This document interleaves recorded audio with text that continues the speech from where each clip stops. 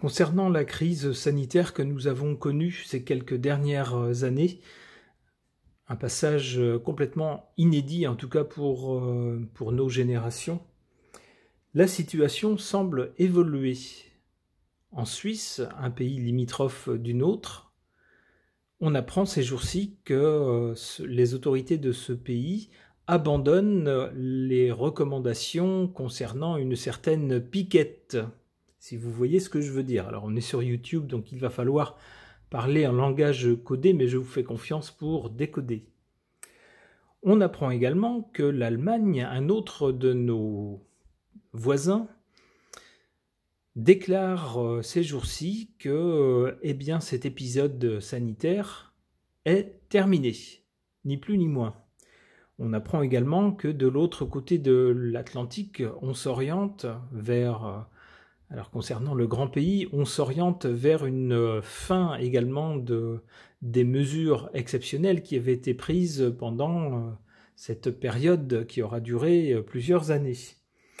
Il semblerait donc qu'on voit le bout de cette histoire.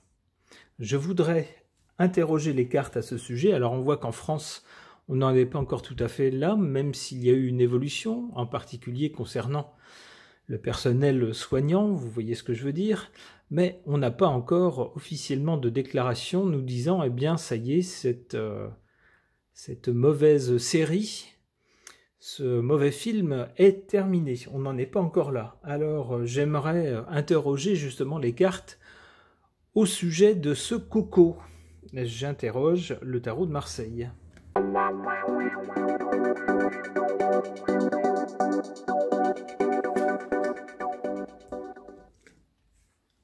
Alors avec cette carte-là, on a bien une annonce qui est faite, qui vient d'en haut et qui nous dit « Stop, réveillez-vous, ça repart ».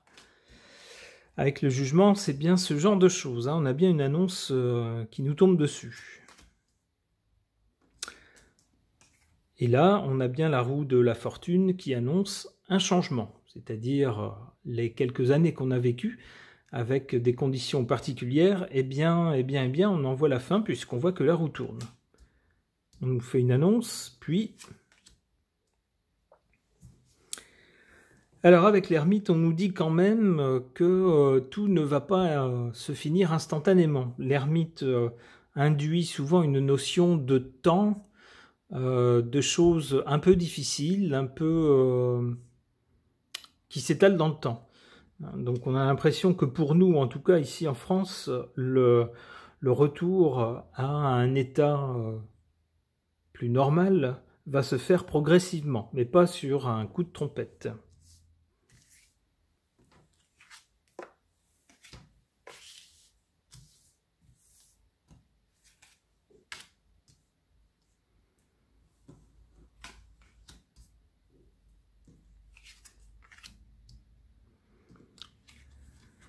Alors, concernant ce coco ou cette drôle de saga, on a ici en défaveur le battleur, c'est-à-dire quelqu'un qui a fait un peu n'importe quoi, qui s'est lancé un petit peu au hasard, qui a bricolé un petit peu au hasard, et alors avec enthousiasme, on veut faire quelque chose, on veut se lancer, on tente des choses, mais ici la carte est en position défavorable.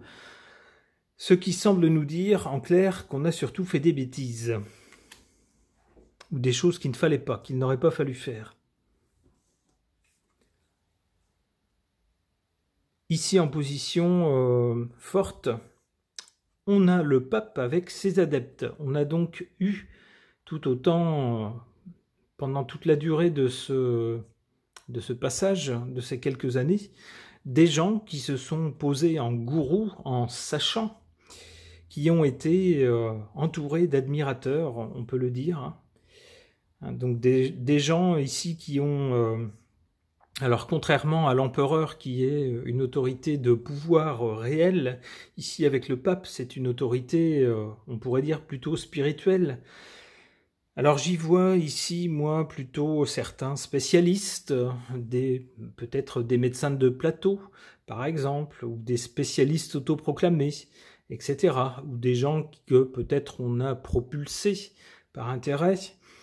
Bref, des gens qui ont été sur le devant de la scène et que tout le monde a écouté. On le voit ici.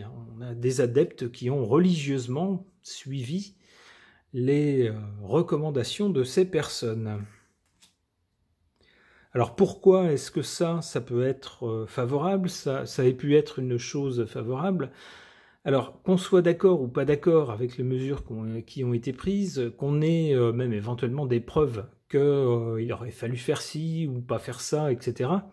Le pire dans une situation de crise, le pire qui puisse arriver, c'est que chacun décide de son code de la route et qu'on se retrouve tous sur la route en même temps. Alors là, pire qu'une mauvaise décision, c'est ça. C'est chacun suit son propre code de la route. Là, on peut être sûr qu'on va droit au carambolage.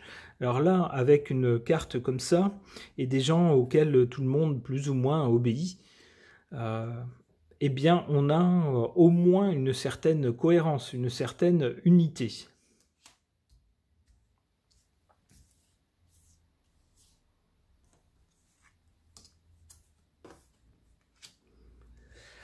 Alors ici, on voit bien qu'on a donc progressivement avec l'ermite, progressivement les choses, on voit qu'on sort de cette saga petit à petit avec l'ermite, c'est pas instantané, et que cette sortie s'effectue pour tout le monde. C'est pas juste notre pays, c'est pas juste un voisin ou deux voisins, mais c'est bien le monde entier qui sort de ce drôle de passage.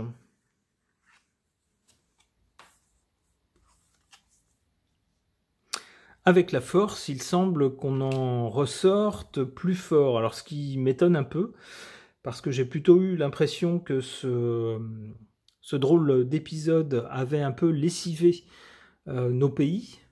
Les personnes, ça les avait fatigués, même pour ceux qui n'ont pas été malades, et que nos gouvernements sont ressortis avec eh bien des dettes économiquement plombées, et donc pour moi en moins bon état. Mais ce n'est pas ce que cette carte semble nous dire. Elle semble nous dire qu'on en ressort plus fort avec cette carte de la force.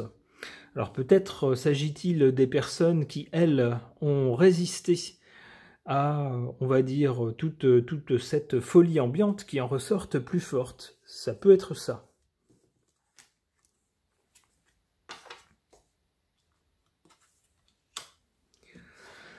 Avec la lune, de deux choses l'une, soit on a des choses qui restent mystérieuses, qui restent un peu sujettes à caution concernant cet épisode qu'on a vécu, soit on nous dit ici que la force revient sur le pays, la lune représentant une communauté qui peut être la famille, mais qui peut être également à l'envergure d'un pays. Ok, eh bien c'est tout ce que je souhaite, qu'on retrouve des jours meilleurs.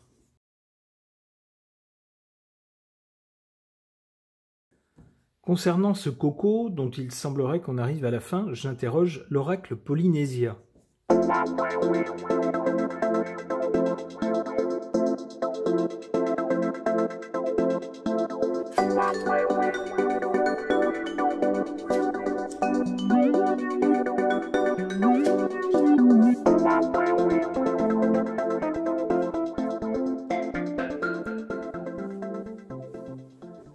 Alors, on a d'abord, ici, du côté du passé récent, des croyances, du bonheur et quelqu'un qui regarde vers le ciel. On a donc des obligations, des restrictions qui s'allègent petit à petit, ce qui nous redonne donc le sourire, ce qui nous fait regarder donc vers l'avenir, vers le bout du tunnel, d'où le remerciement et d'où le bonheur qui semble vouloir poindre le bout de son nez malgré les difficultés économiques. Pour le présent, on nous parle d'obstacles, de difficultés, de retard et qu'il faut garder courage. Oui, si on a cru que on s'acheminait vers une sortie de crise qui allait tout résoudre, et que youpi, le bonheur et les jours heureux allaient tout de suite revenir, ainsi que la prospérité, eh bien, on en est pour nos frais. On nous parle d'obstacles, de difficultés et de retard. Eh bien oui, tout l'argent qui a été consacré à la gestion de cette crise, c'est autant d'argent qui manque un peu maintenant, qui fait défaut et qui rend la vie plus difficile, d'où un peu un retard, c'est ce qu'on nous dit ici, et des obstacles économiques actuellement. On nous dit qu'il ne faut pas perdre courage. Néanmoins, pour l'avenir, on nous parle d'apprentissage, de formation, avec une école. Alors, il est possible que ce soit justement cette crise sanitaire qui était inconnue de nos jeunes générations, qui nous serve d'apprentissage pour le cas où le même genre de scénario repointerait le bout de son nez. Cette fois-ci, on ne sera pas pris par surprise, on ne fera pas n'importe quoi, on ne s'affolera pas avec des comportements complètement erratiques dans tous les sens, désordonnés, mais cette fois-ci, on sera formé, on sera à l'heure pour faire les choses en temps et en heure, avec une séquence d'opérations logique et maîtrisée. On nous parle ici d'apprentissage. Nous avons vécu une crise qui doit nous servir d'apprentissage. Alors non seulement pour les crises du même type, mais aussi peut-être pour des crises d'autre nature. Comment est-ce qu'on les gère? Eh bien, prenons exemple, analysons ce qui vient d'arriver, les choses positives qu'on a faites, les choses négatives sur lesquelles on s'est trompé. Analysons tout cela, tirons les leçons de ces actes et de ces événements pour pouvoir être formés.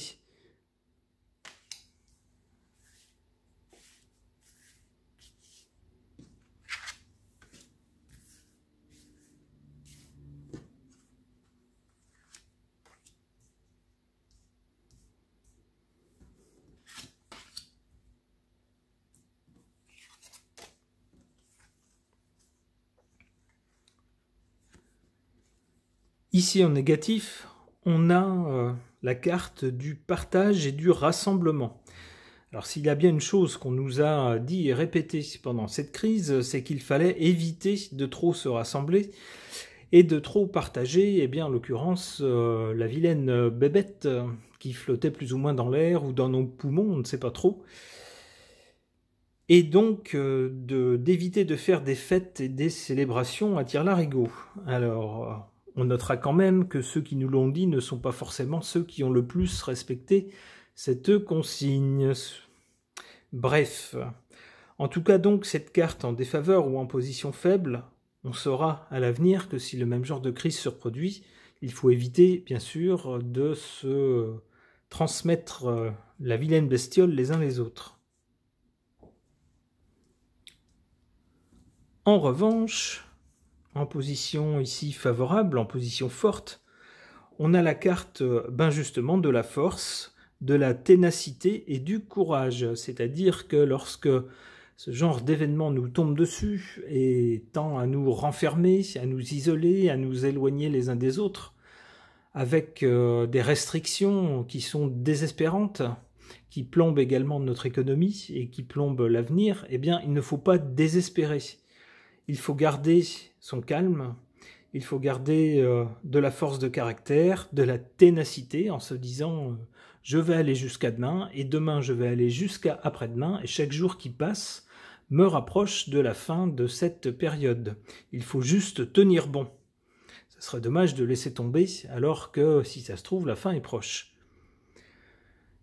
C'est ainsi qu'il faut donc compter sur sa force, sa ténacité et son courage, encore une fois.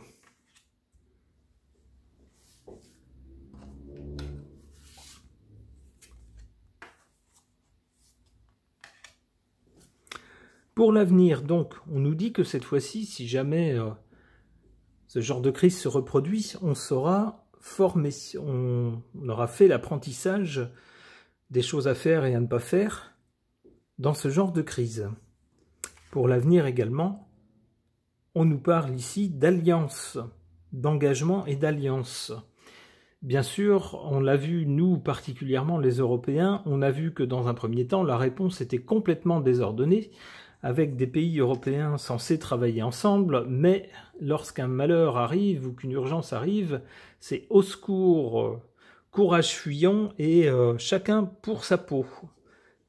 Certains pays n'hésitant pas à tirer très désagréablement dans les pattes des voisins pour essayer de sauver sa peau.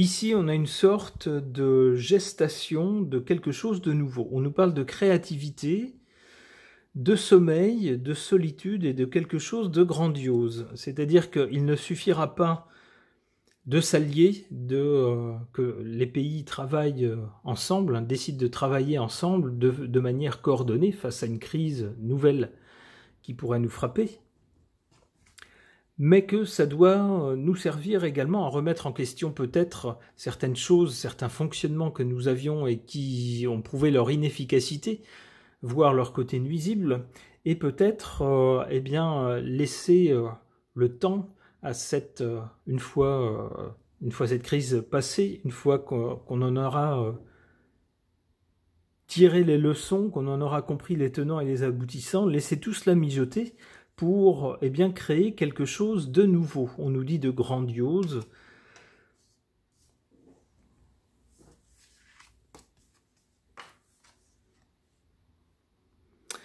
Et là, on nous parle, alors cette fois-ci, ça change complètement de registre, on nous parle de nourriture, et c'est bien ce qu'on voit ici. Alors, on nous parle de poissons crus, mais on voit aussi des légumes.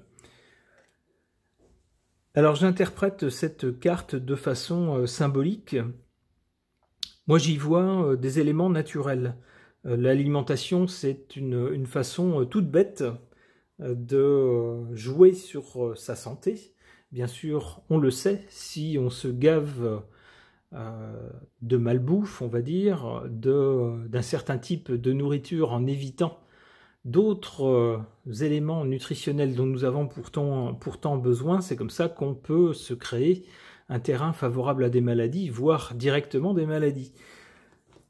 Donc je vois avec cette carte que pour l'avenir, si jamais le même genre de crise devait ressurgir, eh bien déjà avec ce que nous mettons dans notre corps, notre alimentation par exemple, on peut créer les conditions d'une résistance à la maladie ou d'une façon de mieux s'en sortir que quelqu'un qui s'alimente n'importe comment et qui crée déjà, qui fragilise déjà son corps. Ok.